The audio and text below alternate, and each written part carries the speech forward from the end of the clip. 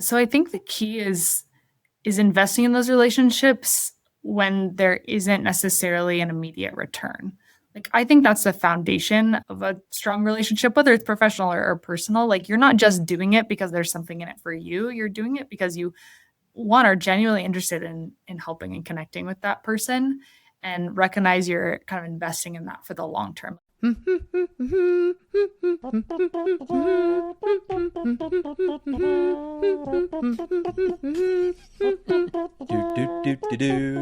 Welcome to the Friends with Benefits podcast, an Arcadia production. This is the show all about how to grow in business, lead with purpose, and live with intention. We're your co-hosting couple. I'm Jason. And I'm Sam. Welcome to the show, friends. Hello, friends. Hello. It's the holiday season. It's the holiday season. I don't know the next line of that song. For the record, Jason wanted to record an episode for you guys of us just humming Christmas tunes. Yeah, the intro would just flow right into Jingle Bells or something. I vetoed that. So fun police. You're welcome. Anyways, today's guest is a longtime friend, first-time guest on the pod. She's been a guest in many places. Yeah, at our Arcadia event last year, she was there. Both of them. We had a local one, and then we had our leadership experience, and Miss Erika Flowers joined us for both. Erika has such a variety of skills, talents, backgrounds, one of which, speaking of humming. Yeah, that's one I thought you were going to kick off with anyway. Erika and I met in high school because we stood next to each other in jazz choir. We then went very different paths. She went on to become a professional skier. Yeah, that's pretty badass if you ask me. I did not do that. And then she started working at a company here locally called Profitable Ideas Exchange, PI for short. They do phenomenal work. She's currently their chief client officer. But not only that, she has switched and is now a professional runner. Yep. Can confirm she is a professional runner and wins just about every time. Yeah, she was in a few races with Jason and I this summer, and we didn't ever see her. No, it's starting line, yes. She's also a mom. She's a wife. She's an author of a new book called The Growth Engine, which just came out. Yep. Jason is in the book. I was a contributor to a quote. It is about business development and partnerships. So for those of you that are in the partnership space, you're going to want to pick this one up. It's a pretty good one. Happy to direct you in the right direction in the comments below, or we maybe even giving away a few copies. There is a little nugget in the episode here. So, I told Jason after we recorded this episode that I feel like this is one of the most tactical episodes we've ever recorded. And there's very good, easy takeaways for people to use from a business perspective. Not to ruin too much, but there is one part in the podcast that she talked about at the Arcadia experience last year that I think just about everybody walked away implementing into their daily activities. Yeah. So without further ado, enjoy today's episode. We appreciate you, friends. Here's Erika Flowers. See y'all. All right. Erika, we are so happy to have you on the podcast. We've had these conversations a few times now, which is really fun. You joined us for our in-person Montana Festival Arcadia workshop, and then you came and spoke at last year's Arcadia Leadership Conference, which was a highlight for so many people. So we're so excited to have you on the podcast. Thanks for joining us. I'm so excited to be here. I know it's like you said, we've chatted a bunch, but never recorded it. So this will be fun. I'm excited. And another guest where we're recording with someone from just down the street. I know. We love that.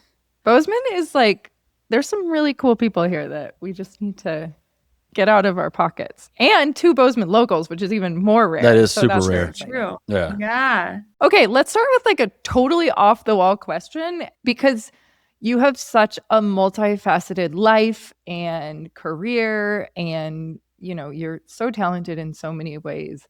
I want to know, from your opinion, when people meet you for the first time, what do they get wrong about who you are? Oh, this is a hard question to start right off the bat. So I think the thing that people often get wrong is they look at my background in competitive sports and assume that I'm a very competitive person. And it's not that that's totally wrong, but I think there's an assumption in that being competitive means you always want to win. And I think I am much happier playing a role on a team that's winning than being an individual person that wins. And I think that often surprises people. Like I've wondered sometimes in some ways if maybe that's held back individual success. Like I'm a person who's always happy to be second place on the podium, and not to say that I don't want to be first, but it's like I'm just as happy in second if like my teammates first. I think that surprises people. That is surprising, especially from like a professional competitive standpoint. Like I've never played professional sports, but when I was, I ran in high school and college, like I was just super competitive, and I feel like that just transpires into life now for whatever reason. Like, what is it that drives you, like from that professional standpoint? Like when you're out there, like first off, A, tell us what you are a professional competitive athlete at, but B, like what drives you when you're out there? My, I guess, initial background in professional competitive sports was in cross-country ski racing. So I actually was born in Missoula, Montana. I moved to Bozeman when I was about 10 years old, and my parents signed me up for the ski team to try and make some friends, in addition to... Little did they know. Yeah, exactly. And I think I just got hooked. Yes, on the sport, yes, on racing, but I had this amazing group of like 10 other gals who were on the team at the same time, and we had so much fun just playing out in the snow in the woods. And so I think that was my like first intro to competitive sports. I played soccer and other things growing up, but I think that was the first time where I realized that putting hard work into something could help you get better at it. And I think I loved that process, and I loved the people that I got to do it with. And so fast forward to I ski raced in college. I went to Dartmouth College and then raced for a team called the SMST2 team, which is a professional cross-country ski team based in Southern Vermont, for 6 years after college. So that was my like full-time job, if you call it. And following that, I decided I needed to get kind of a real grown-up job and started working at a professional services firm here in Bozeman called Pi that I work with today. But in conjunction with that, started dabbling in trail running. And so I now race professionally as a trail runner for the North Face. So that's a bit on like the competitive background. Listen, Erika says she's dabbling in trail running. I've ran 3 races with her this past 2 years. Sammy ran one with her, and Erika won all 4 of them, I believe. So like dabbling, like I dabble. I think Sam, you dabble. Yeah, okay. Like, Erika gets out there and freaking like rips heads off and dominates the mountain. It's incredible. Like, congratulations to you. Thank you, Erika. I just gotta tell the story really quick because it just cracks me up. First of all, Olsen, your son is a year old. Yes. Yeah. Yep. Exactly. Okay. So congratulations on entering motherhood. But there's this race here in Montana called the Rut, and I saw Erika the day before the 50K, and I saw you late, like at 6 p.m. And I asked you if you were running the 50K, and you said, which was the next morning, and you said no. And then you decided sometime between then and the next morning to run the 50K, and you won it. So that was a series of fortunate events, if you will. I saw everyone out there racing, having so much fun. And I hadn't planned on racing because I just did another race a couple weeks earlier and figured my body wouldn't be ready for it. I mean, anyone who's had a kid knows, like, you don't really know how your body's going to respond postpartum. So I was trying to be careful about that and thoughtful, but everyone seemed like they were having so much fun, and I felt good. And I was like, well, like, I might as well like jump in. Like, all I want to do tomorrow is like run around the mountains for 6 hours. And I also figured that was like the only way I could justify a babysitter and like getting the North Face team to watch my kid while I was out running for a while. So that was part of it too. But yeah, I think it was like 8 p.m. that night. I was able to get a start spot.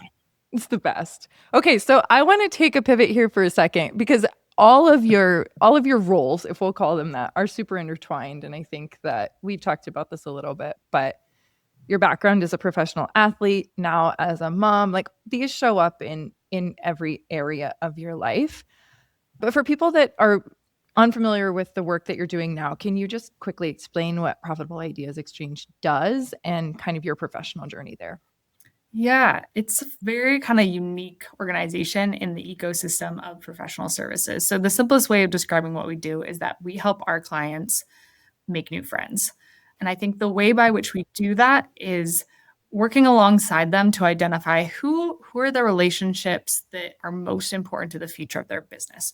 Oftentimes that's clients, it's buyers of their services, and how can we connect them more deeply to those people to help support the growth of their organization. So a client might come to us and say, we know that the future of our business, we provide supply chain consulting. And we know that in order to continue to grow as an organization and serve the market, we need to know the chief supply chain officers of the biggest companies in the world. Pi, can you help us get to know them, listen to what they care about, understand what their needs are to better position ourselves to serve them and develop substantive relationships with them over time. So when they have a felt need, we're the first provider that they're going to go to get help. And so we do that across all different industries, across all different types of executive functions. The clients we serve are all within professional services. So what I mean by that is like accounting, legal, management consulting. That's who hires us. And then we build out communities of whoever they want to get in front of and help them capitalize on that through other things like business development training and client advisory boards and producing thought leadership, for example, based on what we hear in conversations. So we do a lot of things, but I think at the end of the day, it's we're helping our clients connect with the people they want to know that are foundational to the future of their business. That's incredible. So it's safe to say that you're in the business of relationships, which is absolutely. Yeah. I basically just get to talk to people all day and ask them interesting questions, which is so fun. I love that. Literally why this podcast is called Friends with Benefits. That's what I was about to say. Funnily enough, like the running joke is that we get paid to make friends and, driving, certain results and benefits out of those friendships on a professional level. Anyway, what is it that you've seen or experienced that allows you to kind of accelerate those, what I might call purpose-built relationships, or Aristotle would call utility relationships, in a hurry with those potential prospects on behalf of your clients? Yeah. So I think the key is investing in those relationships when there isn't necessarily an immediate return. Like, I think that's the foundation of a strong relationship, whether it's professional or personal. Like, you're not just doing it because there's something in it for you. You're doing it because you, one, are genuinely interested in helping and connecting with that person and recognize you're kind of investing in that for the long term. Like, I think the reason sales leaves a bad taste in most people's mouth is they think of like the classic car salesman who is trying to make a quick buck and is selling you a lemon. And no one wants to be on the receiving end of that, as opposed to someone who's invested in understanding you, your priorities, what you're looking for, how they can help you both today and 10 years from now, whether or not there's something in it for them. So I think like developing trust that the person's doing what's in the best interest for you, even when your back is turned, and also credibility, like the experience that you bring to the table, so that the advice or help that you're offering is grounded in experience, are kind of two of the critical things when you are looking to develop long-term relationships. So when you're looking to like reach out to someone new, so let's say if you're working with a client and they're like, we want to talk to these buyers, and you're reaching out to someone you don't have a previous relationship with, like what are you seeing that is landing and working to begin to establish connection and conversation with that company? Yeah, it's a good question. So I think the kind of first rule of thumb is to add value first. So rather than reaching out and saying, hey, I have all these services I want to talk to you about, say, hey, I'm going to connect you with peers. I'm going to connect you with others who are in similar roles in similarly sized companies, so that you can ask questions, not of this service provider who wants to sell you something, but of others who are in the same seat as you are, to learn from them. And I think we guide our clients to treat that as the kind of the first coffee date, if you will. Like on a first coffee date, you're not going to say, hey, here's a ring, want to get married. You're gonna approach it with curiosity and say, okay, my job number one is to listen, ask good questions, and provide something of value, which is connecting you with other people who have similar questions and hopefully also kind of good answers. So that's, I think, how we approach building out these communities. And we also do it in a way that makes it easy for them to say yes. We don't ask for a ton of their time. We make it a light lift on them. And I think that also is a lot of the kind of value proposition, if you will. Okay, so I think your business is so fascinating. I've had the privilege of being a customer in a previous role, so I've actually got to like witness this real time. One of the things that you all are tremendous at is facilitating. You facilitate conversations around, well, first of all, with high-level executives around sometimes pretty high-stake problems, but around like very different industries or use cases. Yet you're all like dialed in, asking great questions and making sure every voice in the room is heard and a part of the conversation. And so I want to ask you a little bit about that skill of facilitating and how I think in the world of partnerships or really business, facilitation is a skill that can get you so far, yet is not often talked about. So let's hang out there for a second. Like, what is it that you've learned about the skill of facilitating, and what advice do you have for others? Such a good question. So I think first is that I think we have a predisposition to want to facilitate by pushing rather than pulling. And I think a good facilitator does a really good job of pulling. And what I mean by that is they're not the one asking the questions, but they're the one inviting others to ask questions. And I think that's what makes people feel invested in the conversation. Like it's not only talking to them ahead of time to find out what should we talk about in this conversation, what's important to you, taking time one-on-one to understand that. Like that's all foundational to being a good facilitator. It's like the background research. But once you're in the room, I think I've heard, for example, Sam, okay, you have XYZ question. So one way to facilitate would be to say, for me to just ask the group your question. A better way is to ask you to ask the group the question and tee that up in a way that makes you a participating and engaged member of the conversation rather than me driving the conversation. So I think that's a good facilitator is almost like the kind of support or sidekick to the main stars of the conversation, which is all the other participants. So that's I think a big piece of it. I think the other is just remembering that your goal, especially if it's a group of people that don't really know each other, is just to help others connect with one another and find those areas of overlap. Like we all get so excited when we meet someone we've never talked to before and realize we both went to the same high school growing up, or perhaps spent 2 years living down the street in Boston together and didn't know we were only a block away. Like those little pieces of connection are the other things that I think make people, I don't know, feel like they're a part of a community. And so if you can help make those connections, I think that also makes your job as a facilitator a lot easier because you're creating a space where everyone else in the room feels connected to the others, as opposed to you being like a presenter to all individuals. It becomes a little bit more of a collective. I think there's other like basic logistical things like table setting is a huge piece of it. Like I think setting expectations for what the conversation is going to look like and preparing in advance to guide it in that way is really helpful. It's setting the rules of the road. I'm sure like there's plenty of kind of books and philosophies around how to do this well. I think Priya Parker has a lot of good information on how to be intentional with the types of gatherings you're bringing together. But I think a lot of that comes from, she's amazing. Like the art of gathering, I think is so foundational. It's like what it means to bring together a good gathering and facilitate a good gathering. But a lot of that comes from expectation setting and being intentional on outset, like who's in the room and what are you kind of prepping them with so they know how to show up, and what are you prepping other hosts with so they know how to show up. And so when people arrive, there isn't uncertainty and fumbling around. Everyone's clear on like, here's what we're trying to accomplish today. Here's how we're going to do it. And here's how we're going to engage with one another to make the most of the time that we have. So those are a couple of the things that I think are foundational at Pi to ensuring that everyone walks away from a conversation, both our clients and hosts, as well as the executives, feeling like that was really valuable and they walked away with something that they can kind of carry with them going forward. I think it's so interesting because a lot of what you just talked about was just humanity, like to put it softly, like soft skills, making connections, making people feel seen, value, and heard. And you are running a phenomenal business.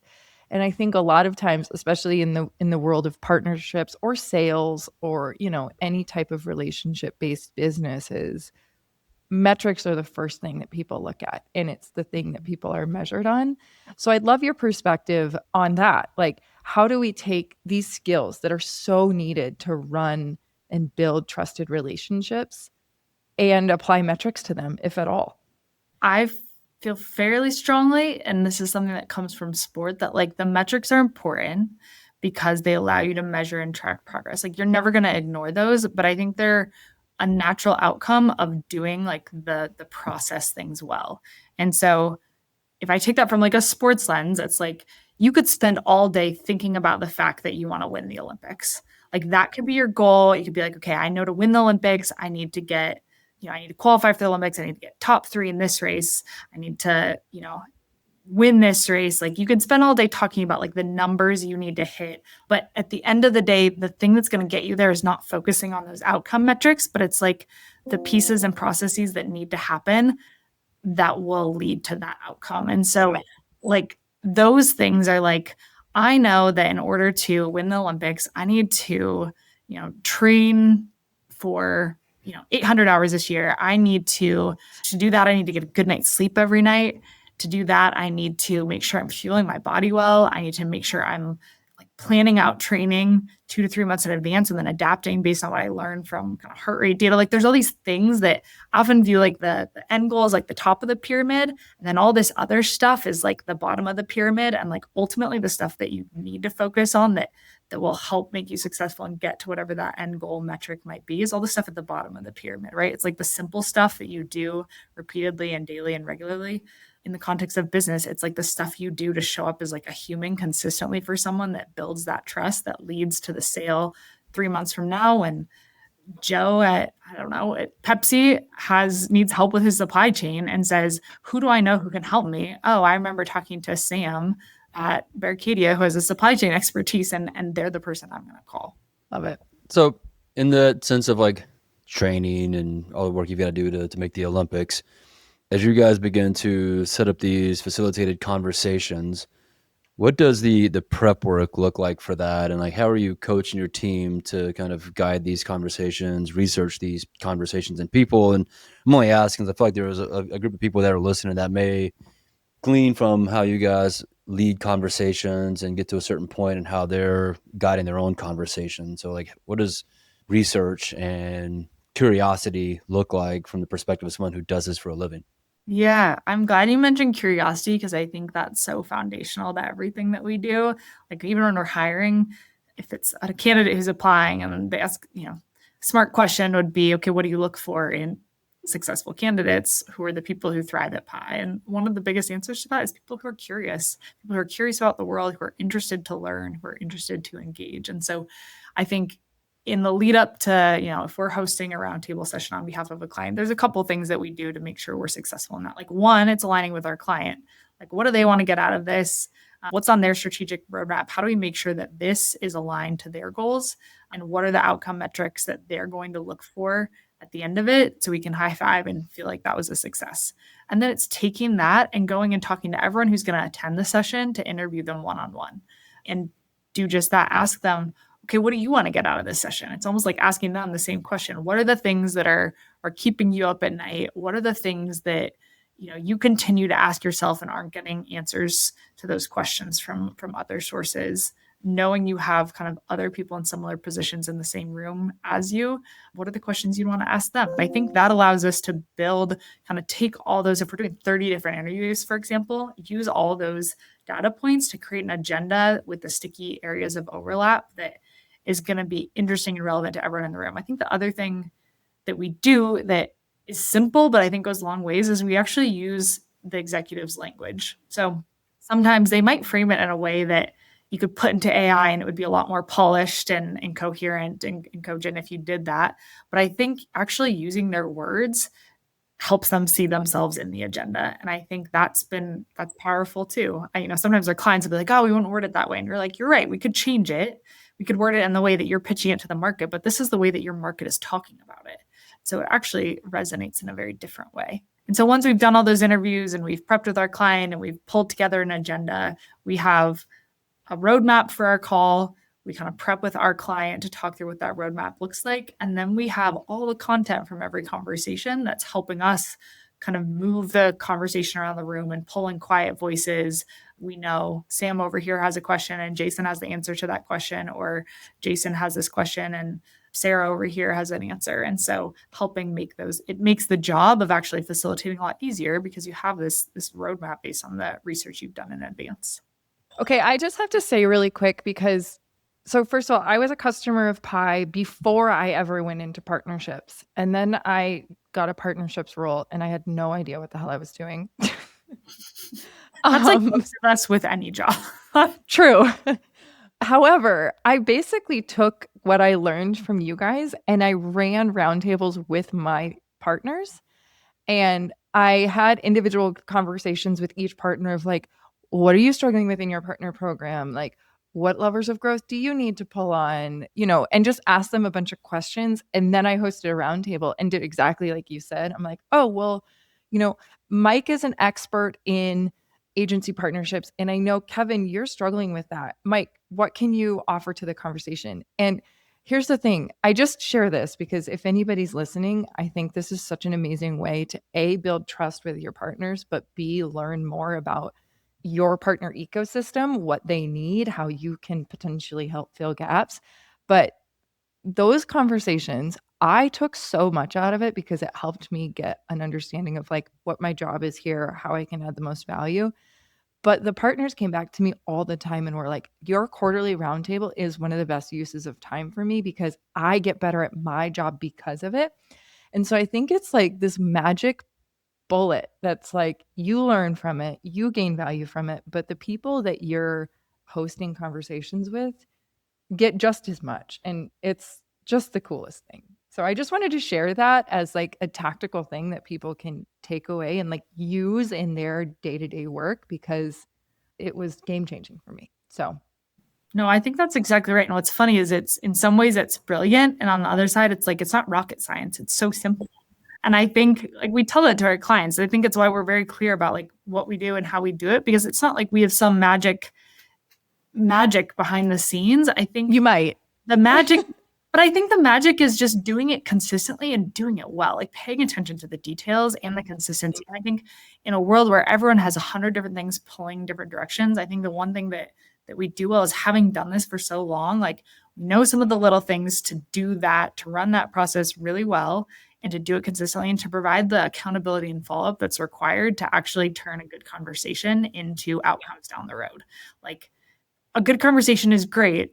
A good conversation is a lot better if you actually take what you hear and then translate that into action, next steps, future thinking afterward. And so I think the ability to do that, which sounds like was so helpful in kind of building a partnership program as well, is where the magic is. Absolutely. I want to go back to the C word we talked about, curiosity. One of the things I think, like, what's C word? one of the things I think a lot about, friends with benefits, is do you believe you can teach curiosity? And if so, like how would you go about coaching to curiosity or teaching curiosity?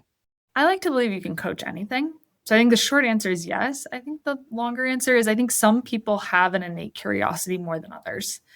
So I think you can coach it and you can help cultivate it.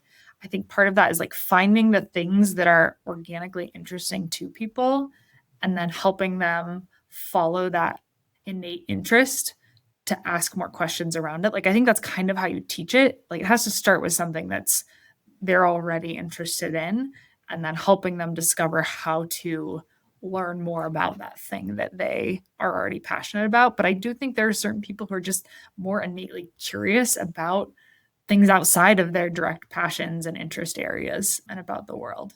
So that's my take. It's going back to something else you said as well. It's like if you find something you're passionate about, but like put a lot of the reps into asking the questions. Like you guys have put a lot of reps into facilitating and gotten really good at it as a result. So like anytime I talk to somebody who's trying to become more curious, it's like, you just got to put the reps in. Like you may not be a good question asker now, but the more questions you ask, I think the better you get at it, the more you get the results you want.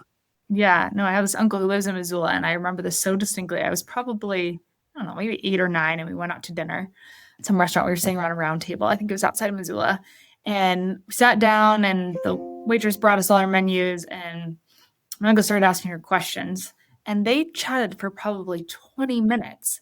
And she finally left and put our orders in. And I remember turning to him and be like, how do you seem to just make best friends with this random waitress for our table? And he said, the reality is most people like talking about themselves more than they like listening to other people. And he's like, I know I can make people feel good by just asking them questions. And he's like, and for me, I always learn something by doing so. So he's like, that's kind of my rule of thumb is I like to ask questions. And if you ask enough questions, you're always going to learn something interesting.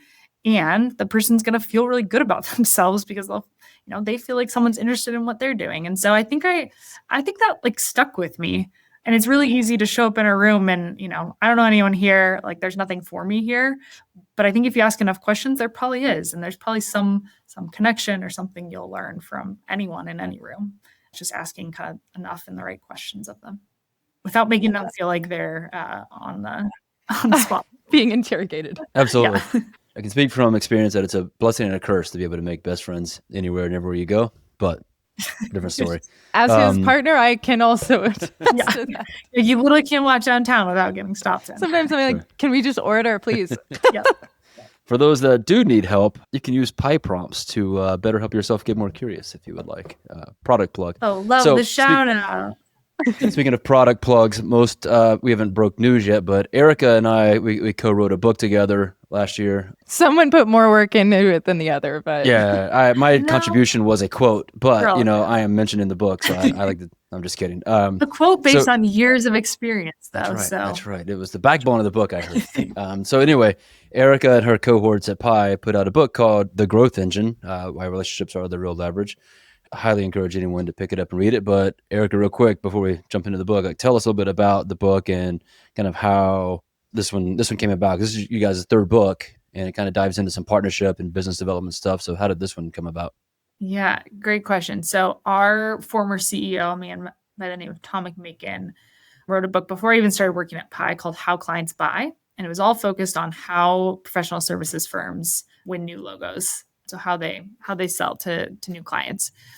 And I think Tom felt really good about that book. He had a co-author that he wrote it with. And we shared it with a bunch of our clients saying, oh, here's the guidebook. Here's how you win new work, which is kind of what we help them do to some degree. And I think it was an executive from IBM who said, yep, yeah, interesting book, like interesting content, but you wrote the wrong book. And he said, excuse me? And they said, yeah, most work in professional services isn't new logo. 80% of it comes from existing clients. You should have written a book about how to win work with existing clients, not new logos. So he said, okay, I guess we'll go back to the drawing board. So he then partnered with our now president and wrote a second book that I helped edit. It's called Never Say Sell. And that was all about how you land and expand within clients. So how if you're doing one thing with a client, how do you kind of cross-serve, cross-sell other types of offerings and move around the relationship map within an organization to expand your footprint. So we thought we had, we were done. We told folks how to win new logo work, and we told them how to land and expand within clients, and didn't have formal plans to write a third book until we brought on a board member for our board at Pi, who former McKinsey and Accenture, and he said, yeah, these are both good, but man, the hardest thing for me was figuring out how to wrangle he called it wrangling wet cats and pirates on a pirate ship to get them going in the same direction. And I think what he meant by that was trying to lead and grow a world-class sales function is really hard. Like, people in sales and business development roles are their own unique beings that trying to get them all to move in the same direction to support a business is quite challenging. And there's the people piece of it, but there's also the systems piece of it. And so as we started to dig into this and get curious around what makes this so hard as firms look to grow and scale, I think we found a couple different kind of key areas and themes across kind of the conversations we started having, and decided there was a there and to write a book on, okay, how do you take a firm in professional services, like a company that sells their expertise, not a company that sells a physical product per se, and how do you go from kind of an entrepreneurial single shingle shop and turn it into like a world-class growth engine? And so we kind of across hundreds of different interviews asked a lot of these questions around, okay, what does service expansion look like? What does client growth and client expansion look like? What is the organizational model that you need to have in place to serve, to do that work and serve those clients? What is the talent structure, and who are the people you need to bring in? How do you develop that talent? And what are the tools and the frameworks you need, both when you have 5 employees and when you are, world-class and have a global workforce to enable them to sell and serve clients effectively. So it was a very fun project to dig into, and took probably 1.5 to 2 years between the research and the writing with the team. But that was our third book that it came out earlier this year in September, and it's available on Amazon and Barnes & Noble and anywhere you buy books now today. If anybody's listening, send me a DM with the words wet cats, and we will pick somebody to send a copy of the book to. Absolutely. You can just DM me pirate, and I'll send you one as well if you don't feel comfortable DMing wet cat. I will say we tried to name it that, and our publisher said absolutely not. Oh, yes. What? We tried to name it Herding Wet Cats and Pirates or something. He was like, no. I mean, it's kind of like our podcast name. It can only get you so far. I was just going to ask, like in the writing of this book, what about partnerships did you learn that is probably the most misunderstood part of partnerships today? So I think one that is specific is I think when clients think about partnering, when our clients, or when I should say, when growth leaders think about partnering with clients, people they want to do business with, sure, they think about it as mutual and a two-way street. And, we're serving them, we're not selling them. We hear that all the time. I think there's a huge allergy to the word sales in professional services. But I think one of the things that we notice is just wildly underinvested in professional services is client feedback and client advisory boards. So not just partnering with your clients and what you're doing from them, but also inviting them to the table to help you co-create the future of what you're doing, and also inviting their kind of candid and sometimes negative feedback around what you're doing and how you're serving them. And I think that just surprised us as all these companies who are very client-centric, who are like, you have to listen to the customer, you have to be close to the customer, but the absence of formal kind of client feedback programs and client advisory boards that can help really solidify that partnership. So I think what you all know is that partnership's a two-way street, right? Like it's got to be both at the table, both invested. And I think despite a lot of professional service firms saying they're client-centric and feeling like that's a two-way street, without creating the avenues and the intention and the kind of ongoing accountability to invite your clients to the table as you're looking to not only reimagine what their future could look like and your role in it, but also them to help imagine kind of your future and what it's going to look like. Something that I think was just surprising and maybe a misunderstanding that those in professional services who are looking to grow have. I think that's such a good call out. And, a few moments where I've noticed this and seen it come true. So I think most partner teams are partnered with like sales to start because it's a pipeline driving activity more often than not. My neighbor, actually, Cara Trapp, who is an excellent customer success leader, we worked together in a previous role, and she was really helpful in kind of shining a light on the customer experience and how partnership should play into it for me.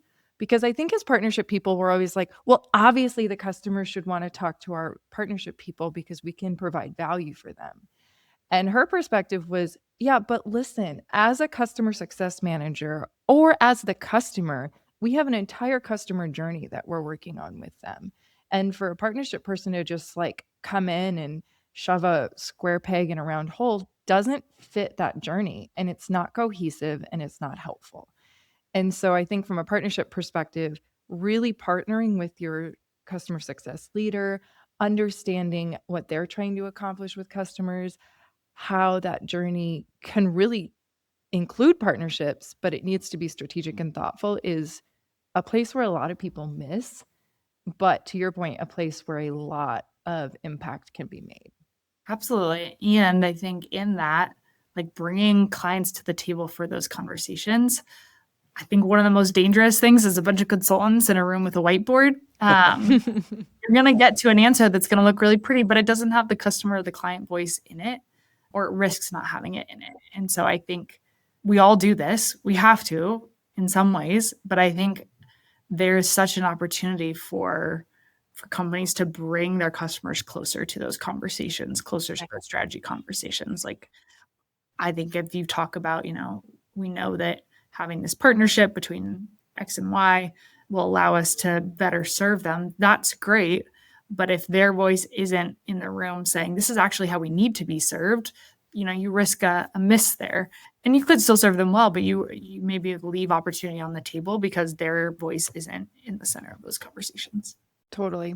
Okay, I want to ask, because you have a unique vantage point of being both the author but also an operator. How do you actually use relationships as a growth engine inside Pi?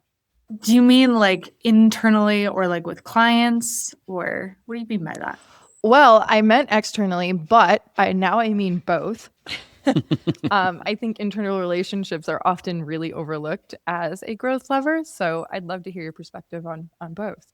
Yeah, we did an interesting interview during the book that like I keep coming back to because it was a very simple framework, but I think it's quite useful, that speaks in particular to like the internal relationship development piece. It was a woman who She leads the team at Pearl Meyer, which is a firm that does like comp consulting for large firms. And she said they have this framework for kind of when they bring in new team members where your goal from day one is first and foremost to be a trusted colleague.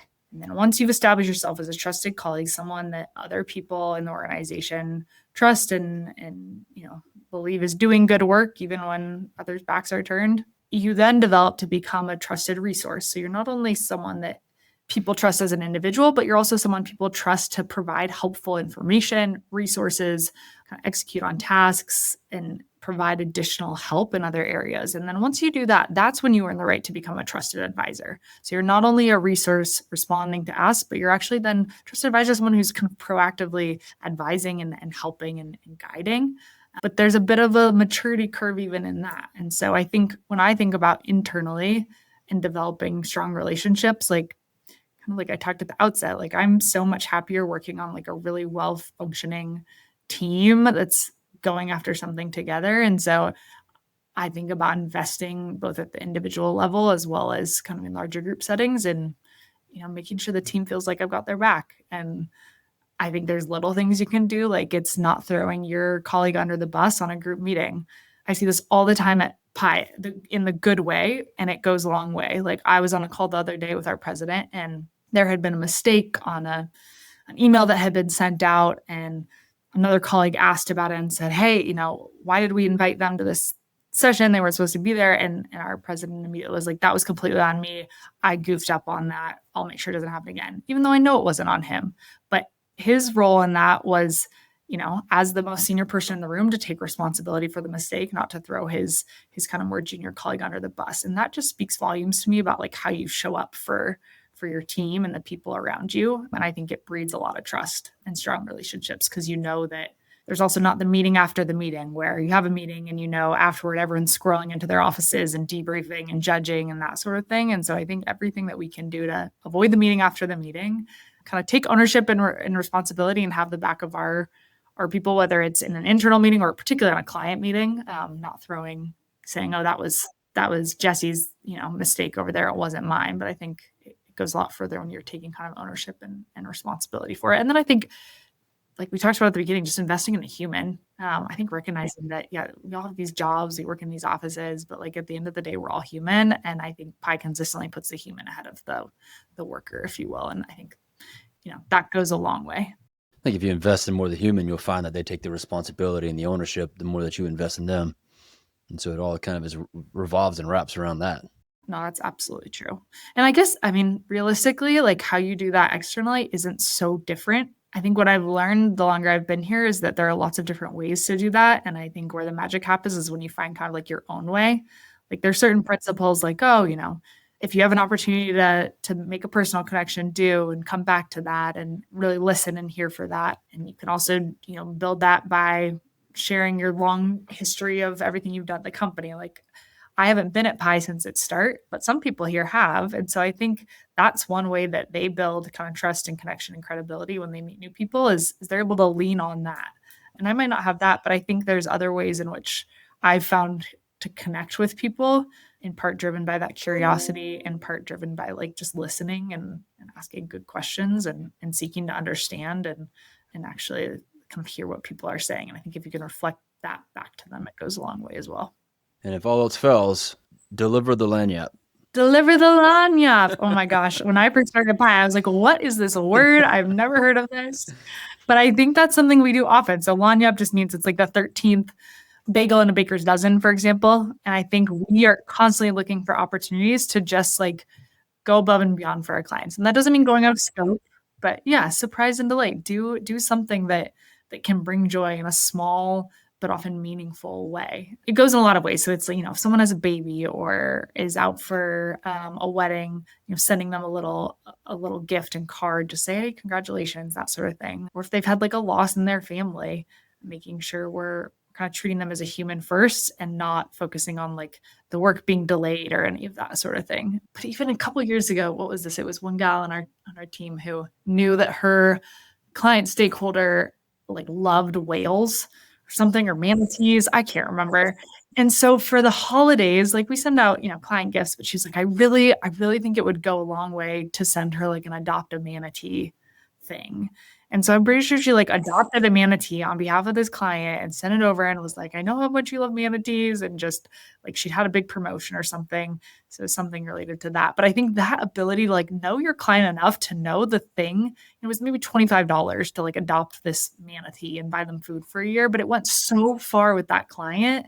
And it's stuff like that it's fun. And it also is like, I think, meaningful in ways we often don't even realize. Exactly. Oh, I love it. I love it. We talked a lot about like creating human connection, staying consistent, showing up in ways that isn't just when you have your hand out asking for something. You've shared this a few times in the previous conversations we've had, but explain the note card exercise to those that may be unfamiliar. Which is one of those things that was very meaningful to our Arcadia members this year. People are still talking about Erika, and they like text me. They're like, I did my note cards today. Yep. I love that. I mean, I have mine right here. I think the beauty of it is, again, it's like, it's simple, but it's doing like the little things well consistently. And so one thing that I found is helpful, and we teach anytime we're doing like a business development workshop, is this note card exercise, which is get 30 note cards and write down the names on the front of each note card, one name per note card, of someone that is important to your business, to your personal network, that you want to stay in touch with over the next year, many years. And you can have more than 30 names, and you can have less, but I'd say like 30 is a good place to start. And on the front of the note card, write their name. Once you've kind of filled out every note card, just set them on your desk. But the first thing you do every day is you get to your office, get to your desk, whatever, you get back to your computer and grab the top note card and write out either a note or a text, or pick up the phone and give a call to the person who's on that note card. And it doesn't need to be like you don't need to, write them a 10-page proposal or email. You don't need to host them for dinner.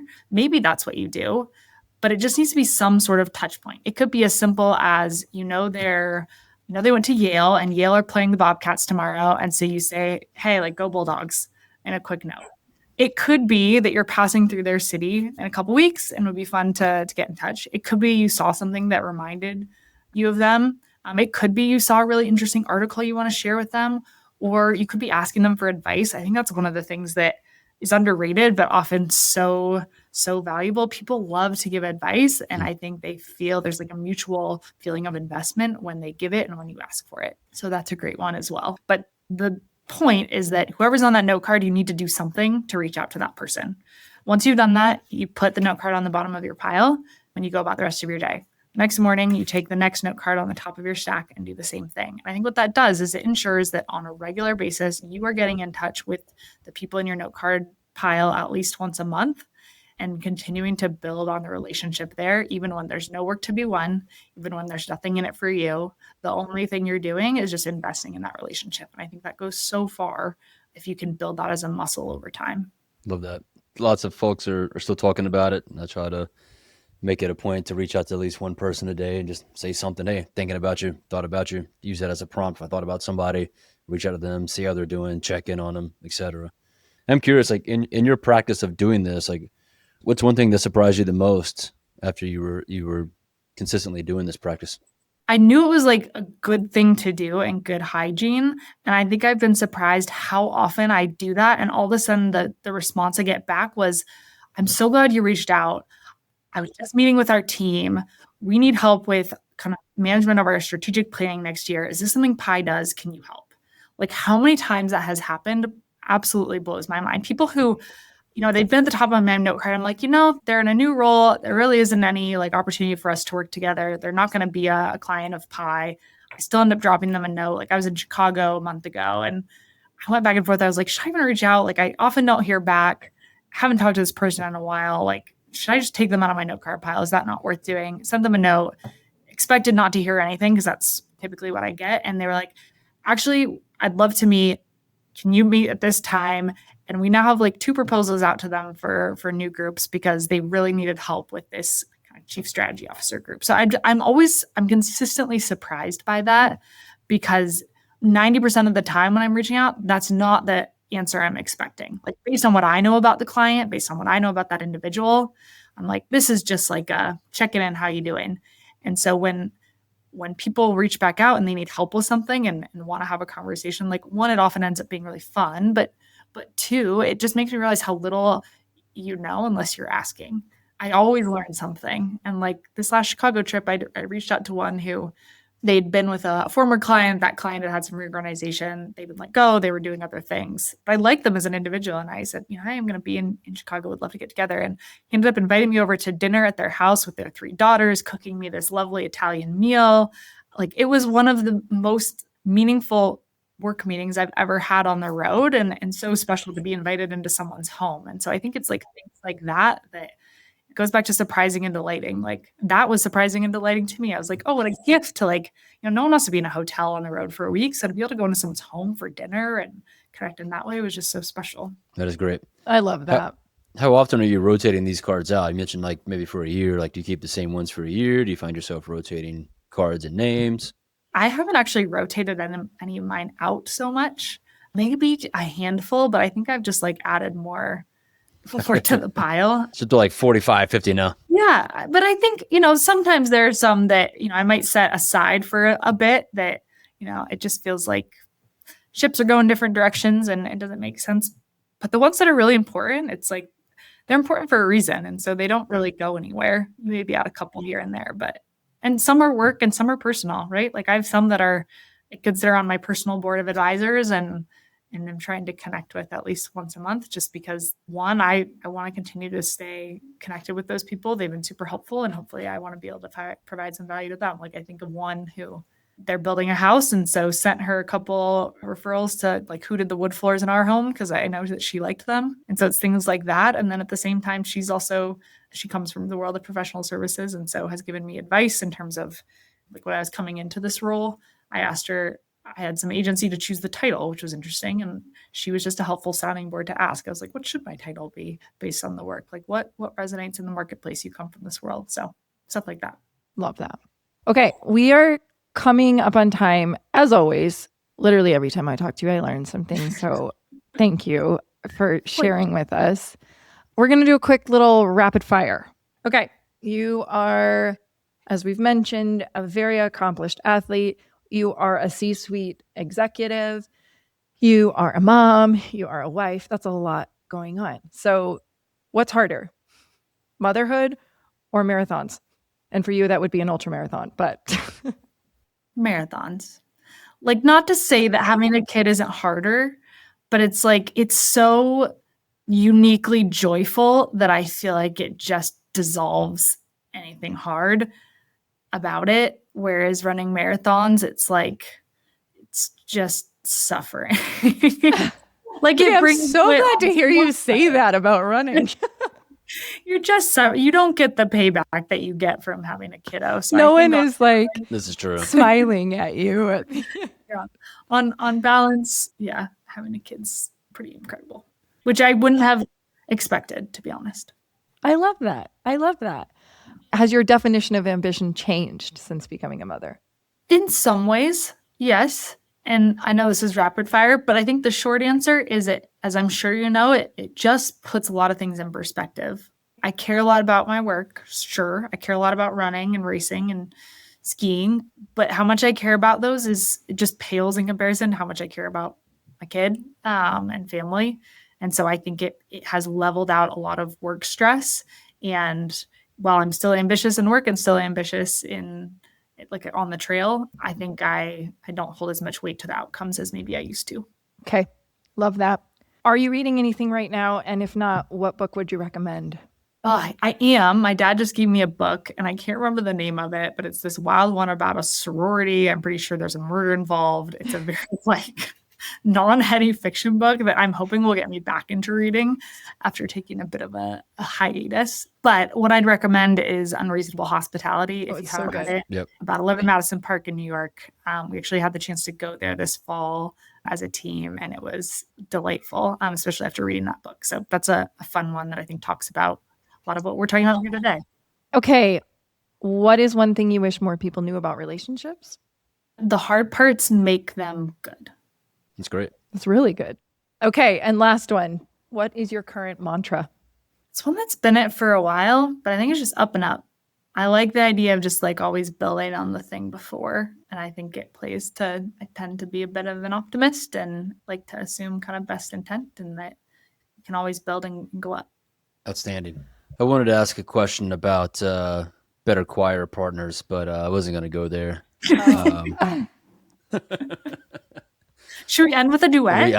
Is that a good idea? We've been preparing for years. You guys Yes. have been practicing the So Friends with chill Benefit out. intro song, just a song version. So let's hear it. Just kidding. Jason, if you get us started, we will back you up. Yes. Here we go. Are you ready? This one is about lagniappe.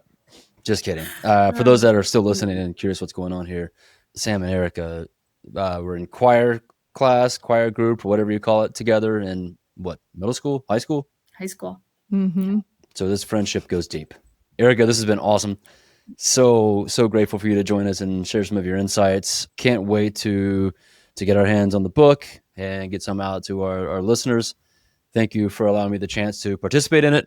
It was truly awesome to get to meet you and some of your team. And again, thanks for all you've done to help us out with Arcadia. This has been an excellent conversation.